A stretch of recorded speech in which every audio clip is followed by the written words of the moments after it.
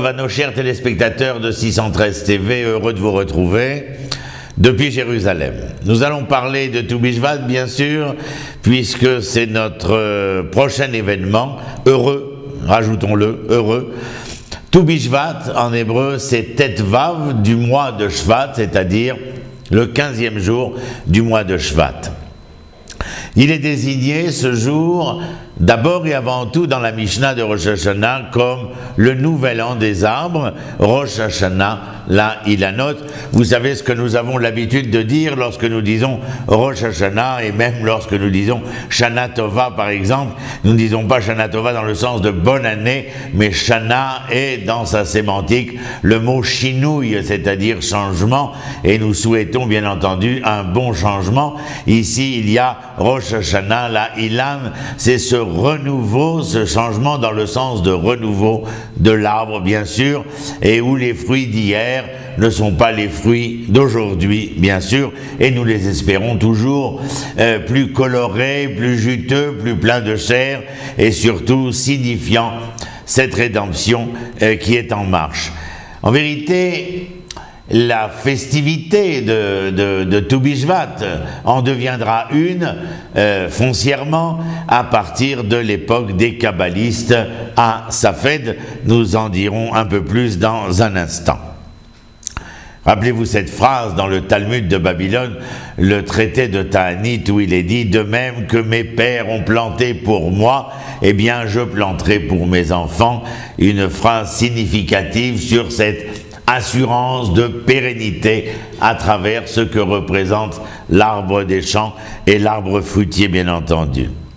Alors dans le texte biblique, pour commencer notre étude très courte puisqu'elle dure un quart d'heure, mais où nous essayons de dire surtout l'essentiel. Dans le texte tanachique, c'est-à-dire la Bible hébraïque, vous le savez, les arbres fruitiers occupent une place de choix, bien que le jour en question, le 15 du mois de Shvat, ne soit pas spécifiquement mentionné. Parmi les nombreuses ordonnances que nous trouvons soit dans le texte toranique, soit chez les prophètes, soit chez les hagiographes, eh bien, il y a ce qu'on appelle un code de sainteté, une façon de traiter les arbres après les avoir plantés, et vous savez qu'il y a un certain nombre d'ordonnances. Nous n'allons pas rentrer dans ce sujet-là puisque ce n'est pas le nôtre, mais en tout cas, un arbre après 3 ans, après 4 ans, etc., et ils ne peuvent en vérité servir au profit personnel qu'après la 5e année, bien entendu. Sur les 7 espèces énumérées concernant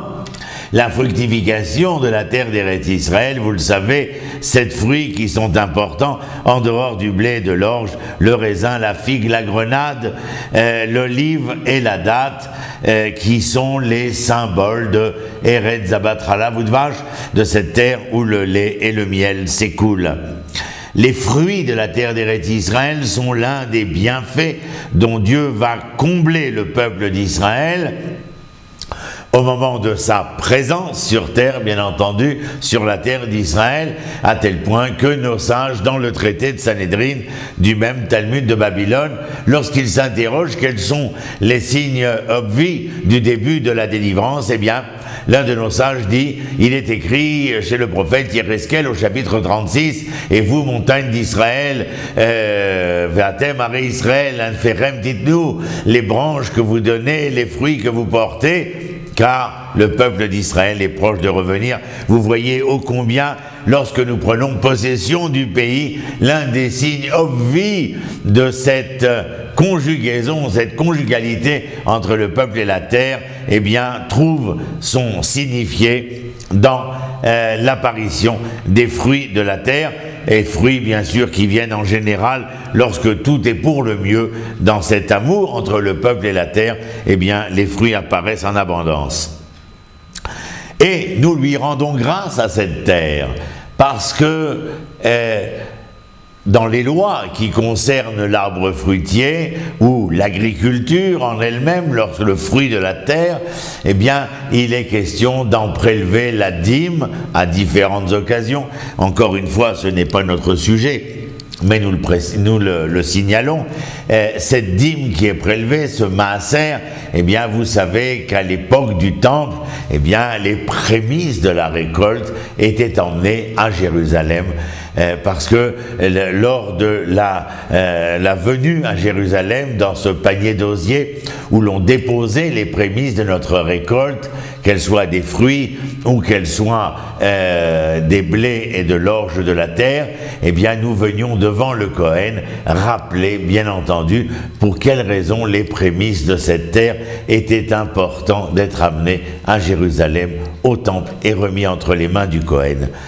Nous rappelions à ce moment-là qu'il fut un temps où nous ne possédions pas cette terre, où cette conjugalité-là entre le peuple et la terre ne pouvait pas se réaliser, cette conjugaison entre l'homme et son terroir ne pouvait pas se faire, et qu'aujourd'hui, au vu et au su de ce qu'il est possible, eh bien nous en remercions l'Éternel en lui apportant ces prémices à Jérusalem-là. Vous savez aussi, par exemple, que l'arbre fruitier, eh bien, est très important, à tel point que le texte toranique trouve, non pas à redire, mais à dire ici que lors de campagnes militaires, lors d'un siège militaire, eh bien, il est interdit de détruire l'arbre fruitier. Pour quelle raison ? Eh bien, parce que nous disons en hébreu qu'il y a Adam Etz Hasadeh, car l'homme est l'arbre des champs. Le Maharal de Prague, Rabbi Yehuda Leib, au XVIIe siècle, a une image assez intéressante, et je vous la donne. Il dit: l'homme est l'arbre des champs, mais un arbre renversé. Pourquoi donc renversé? Eh bien parce que les racines de l'arbre ne sont pas en terre, mais elles sont aux cieux, et les branches ne sont pas vers le ciel, mais vers la terre. Lorsque les racines de l'homme, qui est l'arbre des champs, eh bien ces racines sont très enracinées aux sources du divin, depuis ce firmament, eh bien il y a bien évidemment la possibilité, dans les occurrences de cet homme, à ce que les branches puissent pousser, grandir et s'offrir avec leurs fruits vers la terre. C'est donc l'homme est un arbre des champs, et chez le Maharal de Prague, cet arbre est un arbre, cet homme est un arbre renversé, si je peux m'exprimer ainsi. Le nouvel an de l'arbre est donc mentionné, comme nous l'avons dit précédemment, dans les 4 nouvelles années présentées dans le traité de la Mishnah de Rosh Hashanah. Rosh Hashanah, l'Ailanot, un parmi Rosh Hashanah, les Melachim, et Rosh Hashanah civil bien sûr, et le Rosh Hashanah pour la dîme concernant le bétail aussi. Dans le Talmud, c'est-à-dire la Gemara qui va traiter de cette Mishnah de Rosh Hashanah, eh bien il y a ce qu'on appelle une marloquette, une divergence d'appréciation. Shammai, l'école de Shammai dit que Tou Bishvat aurait lieu, selon lui, le 1er du mois, alors que l'école de Hillel affirme en tout cas que ce nouvel an doit avoir lieu le 15 du mois. Vous avez bien compris, bien entendu, que la législation ira d'après, comme dans nombre de cas, majoritairement d'ailleurs, vers l'école de Hillel qui affirme que le nouvel an des arbres a lieu le 15 Shvat. Et pas seulement pour cela, mais parce que l'on pourrait entendre à travers leur affirmation du 15 et non pas du 1er, que à cette date et à la suite de cette date, eh bien, lorsque nous essayons d'analyser du point de vue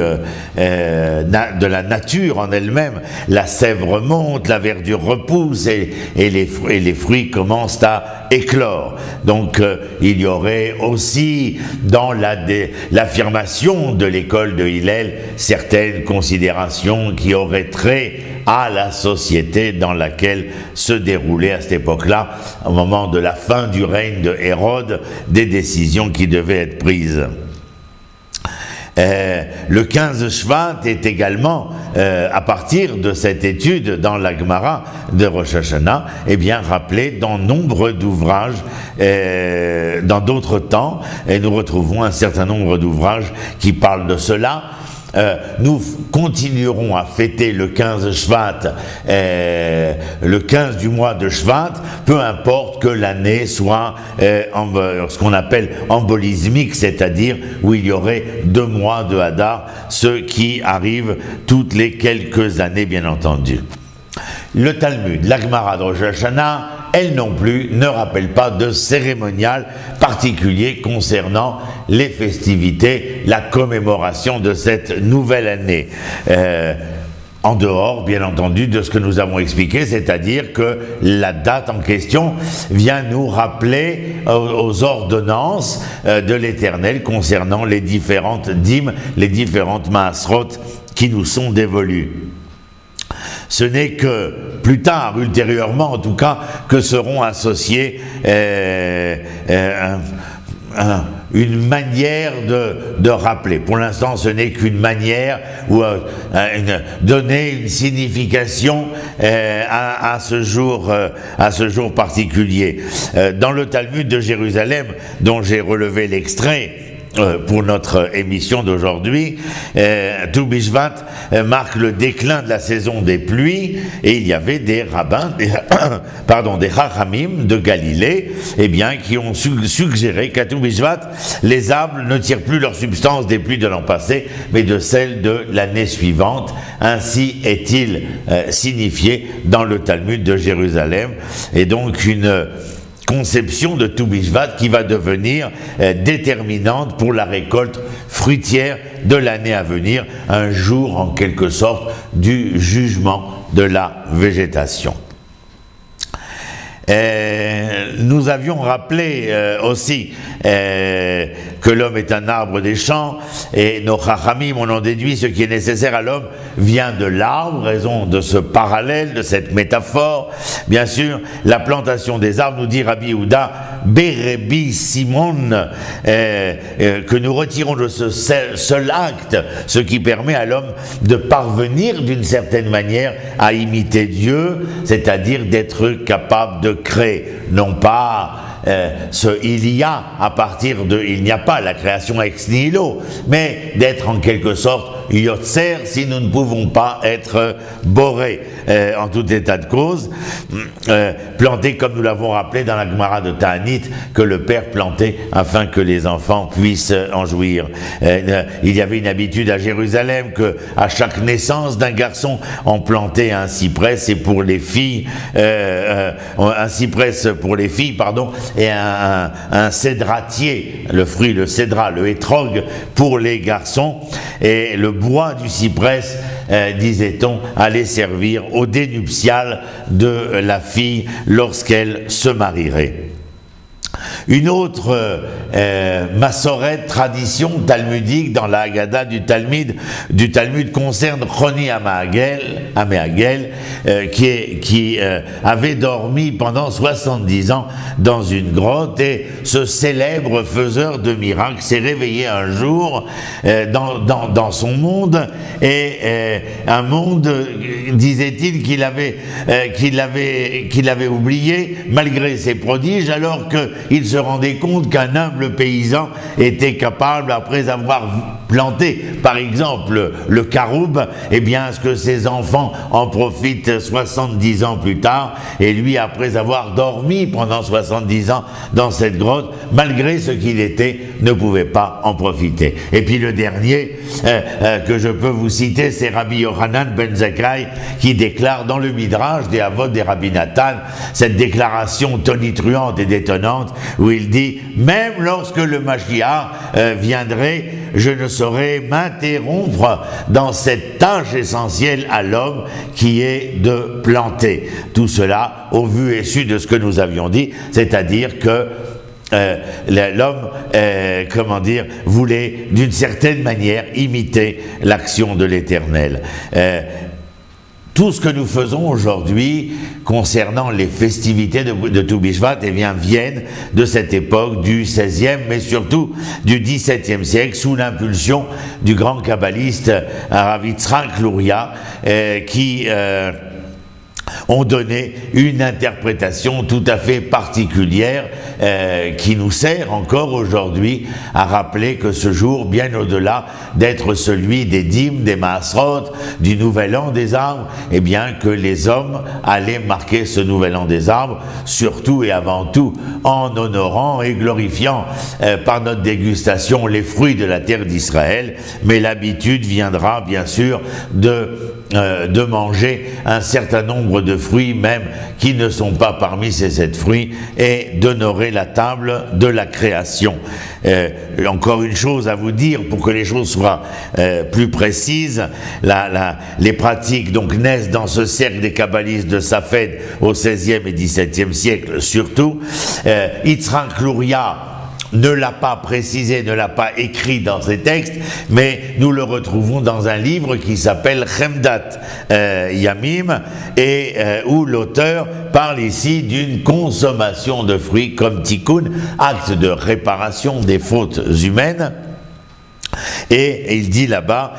pour les personnes qui ont vu des fruits et n'en ont pas mangé, ceux qui en ont mangé et ne les ont pas bénis. Eh bien, ce sont eux, en tout cas dans ce livre de Chemdat Yamim, qui établira ce que nous connaissons comme le Seder de Tou Bishvat. Il y a bien sûr nombre de poèmes qui vont accompagner ce Seder de Tou Bishvat, dont nous retrouvons certains écrits par Israël Nadjara, Rabbi Israël Nadjara et Rabbi Yosef Chaim de Bagdad. Et ce rituel-là, écrit dans le livre, inscrit dans le livre de Chemdat Yamim, va trouver une diffusion importante aussi